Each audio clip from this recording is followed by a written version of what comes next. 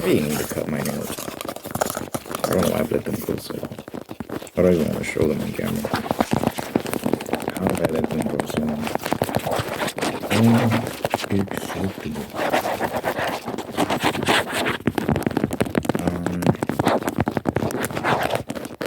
Yo. There's been so many interruptions this week. I've been trying to write and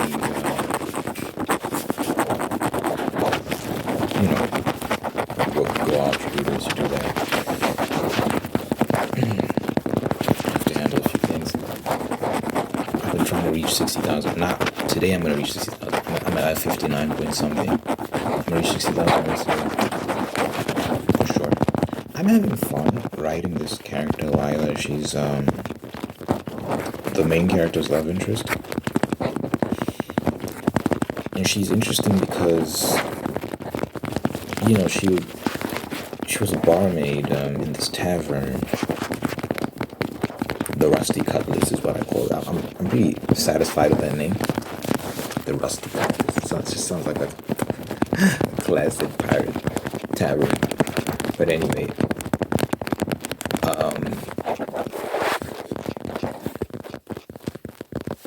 she's used to a pretty much normal, quiet life. You know, she works in a tavern, so she'll come across some rambunctious figures and some pirates who stop by there and stuff like that. Just these roughhousing men. But for the most part, she lives in a small town on the island of Corp Verde, and it's a quiet life. It's a small town. Outside of the town, it's a lot of farmland, cows, grazing, horses, that sort of stuff. Horses? Yeah, whatever. And yeah, it's a pretty normal, laid-back lifestyle. And she hasn't experienced much outside of that town. And then she gets kidnapped by this other pirate who takes her for his own purposes. And that's up to the main character, Homer, to kind of get her. But during her captivity, she just experiences so much, sees so much. A lot of it's horrifying, a lot of it's terrible, but you know, a lot of it's also interesting and enlightening. It's this experience that she didn't realize she was craving, in a sense, just breaking out of the routine of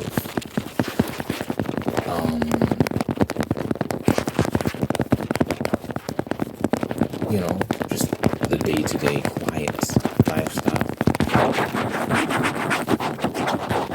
So she grows a lot from that, and it's just fun kind of seeing things from her perspective and how she might be thinking of certain things, what she's experiencing, what she's learning, what she's adapting. So yeah, that's pretty cool. And then it's pretty much the opposite for the main character. So he's a wild guy. He, you know, has been a pirate for most of his life. He's just used to doing what he wants. But now he's kind of realizing that it's time to settle down. It's time to, you know, leave this stuff behind him. And it's scary because it's like he's just used to waking up and being like, okay, boys, we're going on an adventure. We're going on a voyage. Let's stock up and get going, and you know, searching for treasure and fighting enemies, doing all this crazy stuff, and it's exhilarating. It gets your heart going, adrenaline. It's fun.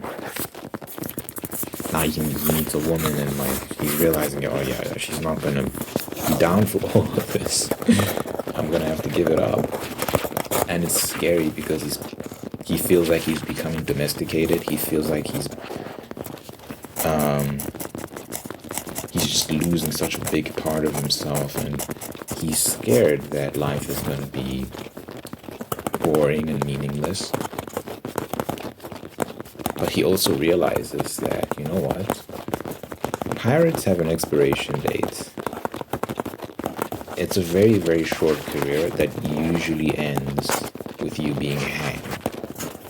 The Navy eventually catches up to you, and it's a wrap. You're getting hanged, or you get killed at sea by some other pirate crew or something like that. It's a very short-lived career for most of them. Very few get away with it.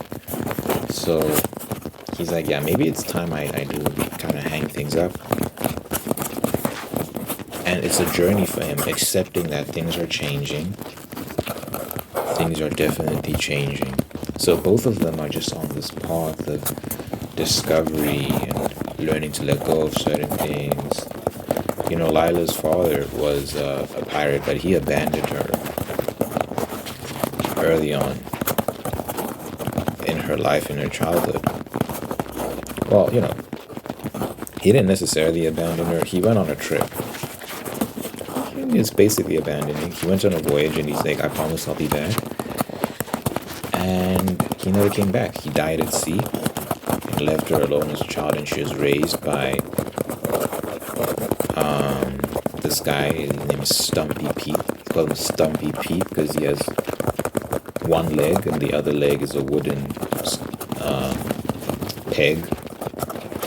He just has a stump on his leg and he puts a wooden peg on that stump. So he calls him Stumpy Pete. And yeah, he raised her, and he's the owner of the Rusty Cutlass. He's the owner of that tavern. And he's a rough guy, no nonsense. Just trying to get business done. But he has a soft spot for her, and he's nice at heart. Yeah, and he raised her. That's to her who her real father is. Not the man that ultimately abandoned her. So she has this disdain for pirates, like a very personal hatred for pirates, just because her father was a pirate and he left her alone. But ironically, she falls in love with the pirates and is kidnapped by a pirate, and she's just thrown in this pirate world and learns so much about it. And learns about the adventure. All these sort of things. So yeah, and that was pretty common back in the day. A lot of these guys, these pirate dudes, would have children and just go out to sea, leave their children to have adventures at sea. And yeah, it was just normal.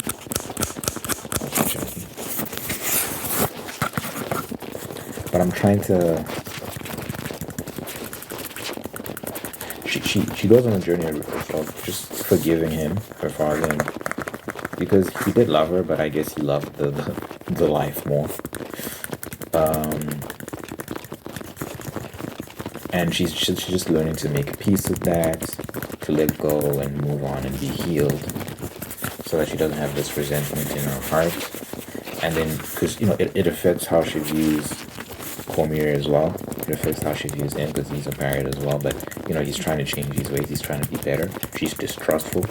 She has the attitude of like, how do I know you're not going to do the same thing you did? If you're going to be with me, you have to let go. You have to abandon that life, like totally. Because the last man in my life who was a pirate, he abandoned me as a child.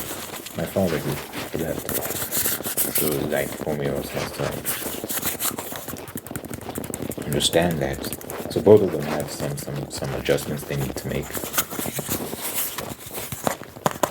But yeah, it's interesting for sure.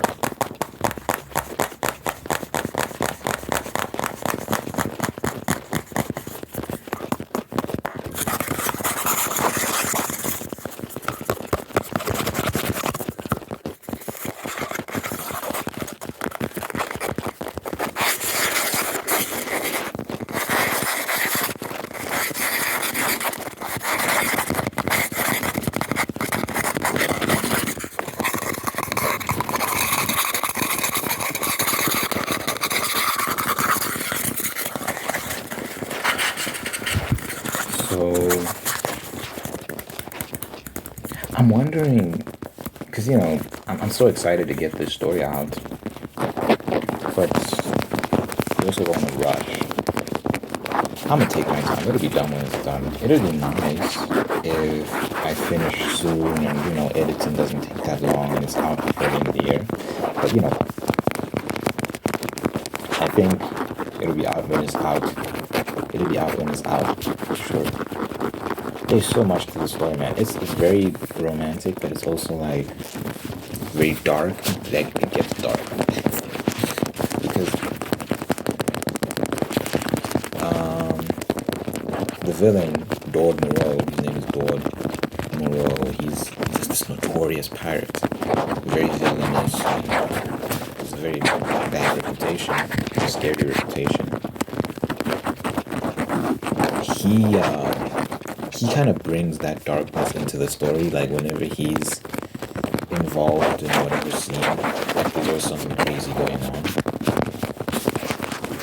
and his whole thing is freedom, freedom, freedom. I just want to be free. I want to be free from the chains of this world. I don't want anyone lording himself over me. I don't want anyone telling me what to do. I don't want to be like bound by any sort of obligations. So even when it comes to morality, he doesn't want to be bound by morality. Like, oh, is that good? Is that evil? He views it as like for the birds, like it's just it's not, it's beneath him. These moral questions, they're beneath him. So he's just wrestling with that. But he's also human, so when he does certain things, he does feel the weight of it. But he's trying to. He feels like that's just evidence of weakness and that he still has chains on him, so he's trying to like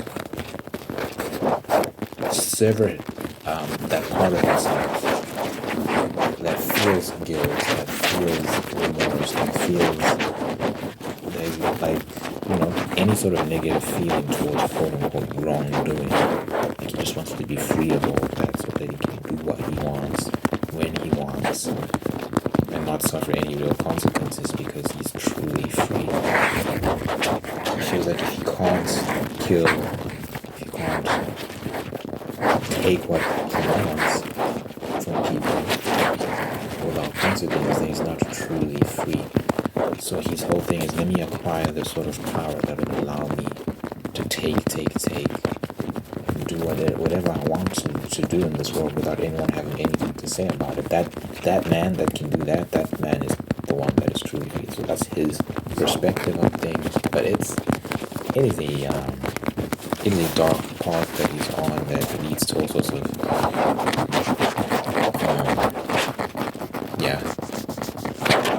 all sorts of craziness. So I'm just working on that as well. His journey. So we're really following 3 journeys here. We're following Lila's journey, we're following Cormira's journey, we're following Dord's journey as well. And yeah, they're interesting for sure. There's a lot of things that happen that I won't reveal too much on because it's a surprise. But I think he's a very interesting character, this Dord Moreau, but I think he's a very cool villain. I did such a good job of making him relatable, but also like making it clear that he's definitely a bad person. I just want you to see things from his perspective. So a lot of stuff is going to go down.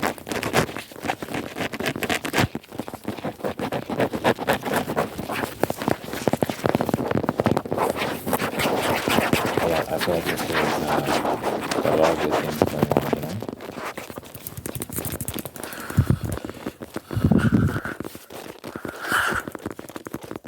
I'm hoping people will be surprised by certain scenes. There's certain plot twists and whatnot. People might be able to see certain things coming.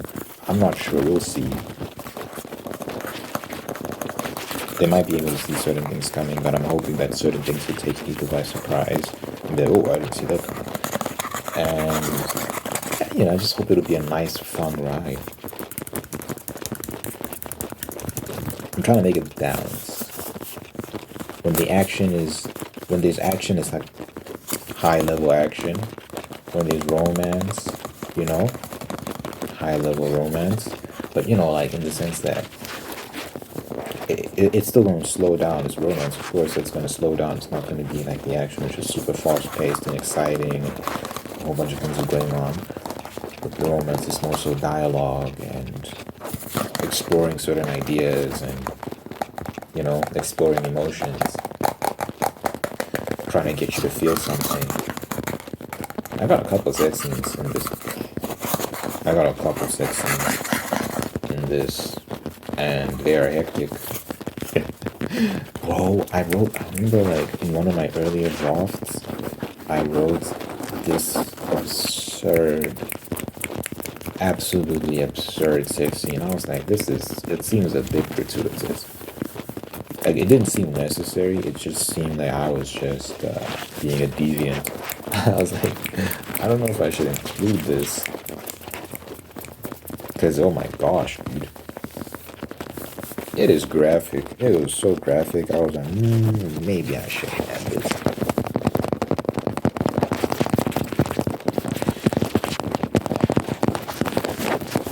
How far is too far? Is the question I ask myself. You know, what is the limit? At what point does it become like, you know, like a bit much? I don't know.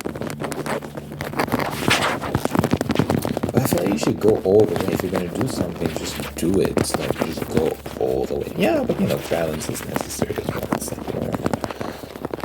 like you don't wanna. I do think there's such a thing as overdoing something. Like it's possible for me to have too many sex scenes. That's a criticism someone could have. Like why is there so much sex in this book? That's a legitimate criticism someone could have. So, you know, I want to keep things balanced. Maybe I've got like, how many do I have in this book so far? 3 maybe? It's not that many, especially interspersed over like 300 pages, which is probably what this is going to be amount to. And those scenes would maybe take up 1 or 2 pages, those sex scenes. But they're intense, pretty graphic. But yeah, I think it's like 3 at most. 3? I'm trying to think. Yeah.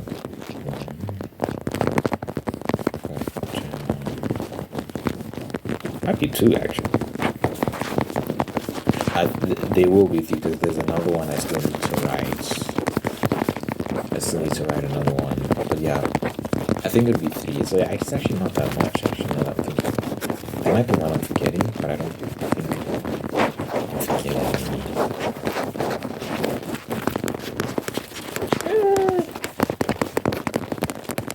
I mean, there's instances of people having sex, but it's not really a sex scene just because you briefly mentioned that, oh, like for example, there's a particular scene where this one character walks in on 2 people having sex, but it's like so brief. It's not, I wouldn't describe that as a sex scene. I didn't get into the details. I just mentioned that, you know, like he's hunched over her, pounding her. But yeah, like it wasn't like super descriptive or anything, so I wouldn't say that's a sex scene. So yeah, really and truly, I got like 2 so far, but I think ultimately I got 3, which is that's fine. I don't think it's too much. I don't think someone can then say like, oh, it's too much sex in this book, bro. It's dirty. I don't think people can say that. I kept it fairly moderate. I wonder how many sex scenes are in the Game of Thrones series overall. Or some of these stories, man. Oh my god. I read one book. It's not that it had a lot of sex. It's just that the moments that it did have sex, it was like the most vile stuff. I remember reading a rape scene, you know, RAPE, in this one book. I was like, this is, and it was like two men too. It was like, it was crazy. It was particularly crazy because it was. So this is a book I'm reading. This is not my book. You don't have to worry about finding this in my book. But this was another book I was reading. And the main character got RAPE'd by the villain. These are two men. The one guy RAPE'd the other guy. The villain RAPE'd the main character, which is crazy, bro. And it described it. The writer described it in detail. I was like, no ways. This is disgusting. It just left me in a funk. I did not feel good after reading that. I was like, nah, this is not for me. I finished the book just because, I was curious as to how it would end. But I was like, man, talk about beef, bro. Talk about a feud. How does that mess with your head? He RAP'd the main character, and he RAP'd the main character's girlfriend as well. Let me see.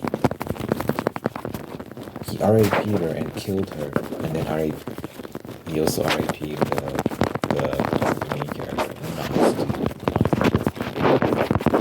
That is too much. That is nuts. I'm sure things like that have happened in real life. Real life is stranger than fiction, guys. People do evil things in this world. People don't understand like how evil people can actually be. And sometimes you don't want to believe it. And we limit our imagination. So like when I'm writing an evil character, for example, there might be certain lines I'm not willing to cross in terms of just imagining what this character is capable of. But it's like, bro, when you study history and you look at some of the most villainous figures, the most evil people that have ever lived, they make some of like these characters look like Boy Scouts. They make them look like saints.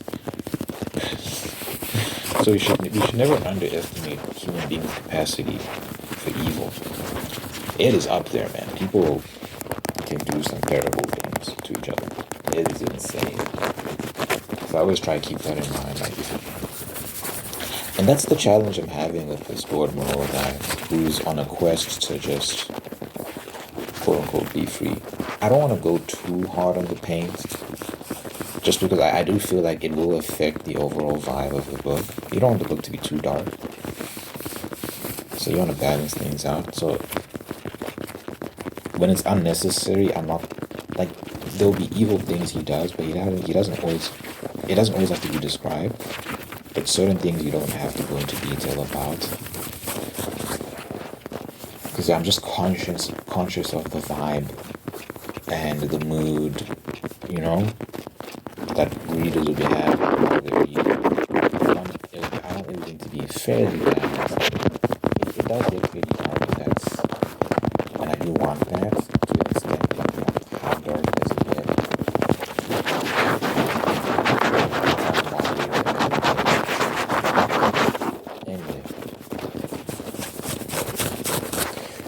Anywho.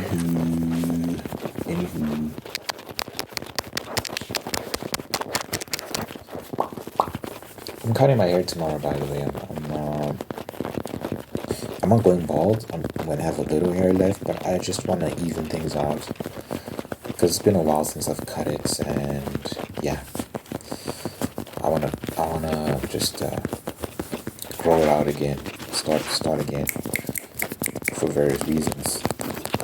But yeah, it's not for various reasons. For one reason, I pluck my hair a lot, so it's becoming uneven.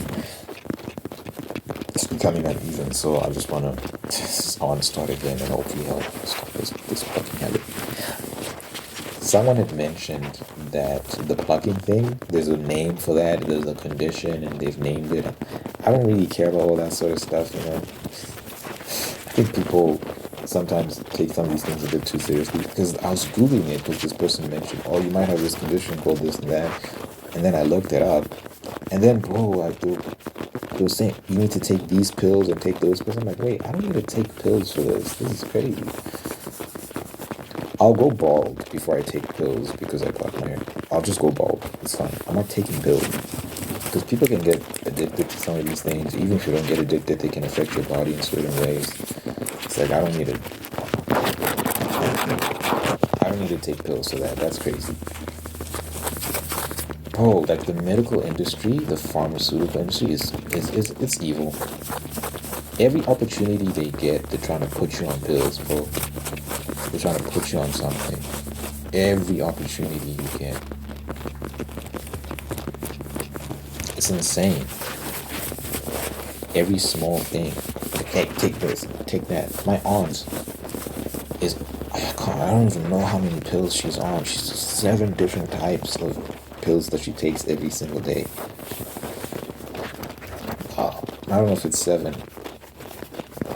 It's a lot. It's a lot of pills that she takes every day. It's insane, bro. And they're always trying to up the dosage. It's gotten to the point where she just ignores them when they try and up the dosage because she knows that this stuff is going to kill me if I take too much. And they don't care. It's money for them. It's insane, bro. Like, how? Anyway, we could go down that rabbit hole. How did we even get here? Oh, yeah, I was just talking about my hair. Let me end the video before I should have ended it off by talking about the pharmaceutical industry, but that was wrong. I had to pray, and then my video, so dear Father God, thank you for the future watching, so now thank you for making them whole, unique, and guide them towards peace, prosperity, and purpose. Thank you for blessing this person, one of the people in life who love them, take care of their big and best out of them. And thank you for maintaining the ones that are there to do the same thing. Thank you for blessing this person. Love and marriage and sustain that love and marriage, making it very, very happy. Thank you for blessing this person with a spirit of gratitude so that you can give thanks for the wonderful things in their life and by giving thanks. They can find peace, contentment, and attract even more blessings that your presence be found in this person. Thanks so much for God that you will, that you love them, and is good, that for them, good health, and life, and happiness. So this person I really care about.